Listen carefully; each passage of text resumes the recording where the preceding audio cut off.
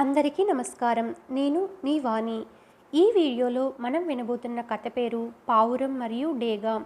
Friends, మీరు కానీ first time మా ఛానల్ని చూస్తున్నట్లయితే ప్లీజ్ సబ్స్క్రైబ్ చేసుకోండి. అలాగే ఈ వీడియో నచ్చినట్లయితే లైక్ చేయండి. ఇక మీ కమెంట్స్ మాకు ఎంతో విలువైనది.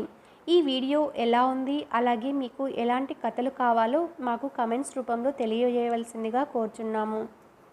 ఇక ఆలస్యం ఎందుకు, మరి కథ వినిద్దామా? ఒక ఊళ్ళో చక్కటి దేవాలయం ఉంది. దాని గోపురంపై ఒక పావురాల జంట నివసిస్తుంది.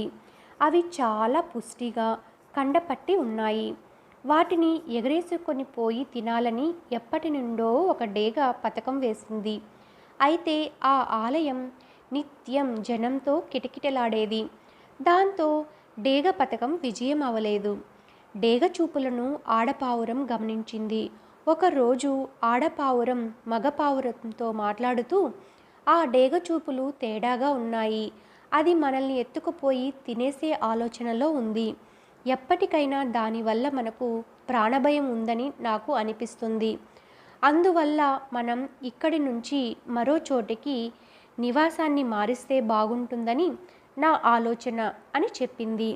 దానికి మగపావురం పెద్దగా నవ్వి, వెరిదానా, నా శక్తియుక్తుల గురించి నీకు తెలియదు. డేగలతో సైతం పోరాడి చంపగల శక్తి నాకున్నది. ఇటువంటి సమస్యలు వచ్చినప్పుడు మనం వీరత్వాన్ని చాటాలి, కానీ పిరికితనంతో పారిపోతామా అంటూ గట్టిగా పలికింది.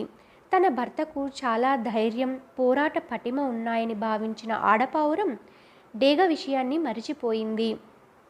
ఆ పావురాల జంట దేవాలయ శిఖరంపైనే నివాసం ఉండసాగాయి. ఒకరోజు సూర్యగ్రహణం కావడంతో ఆలయాన్ని మూసేశారు. జనం ఎవ్వరూ రాలేదు. గూటికి బయట ఉన్న మగపావురాన్ని డేగ తన్నుకుపోయింది. తనకు కూడా ప్రాణహాని ఉందని భావించిన ఆడపావురం గూటిలోనికి చేరింది. ఈ కథ యొక్క సారాంశం ఏంటంటే, నోటి దురుసుతో బీరాలు పలికితే ఫలితాలు ఇలానే ఉంటాయి. ప్రమాదాలు వస్తున్నాయని తెలిసి తప్పించుకునే ప్రయత్నం చేయాలే తప్ప మనల్ని ఎవరూ ఏమీ చేయలేరని గొప్పలికి పోతే తిప్పలు తప్పవని అర్థం. Thanks for watching friends.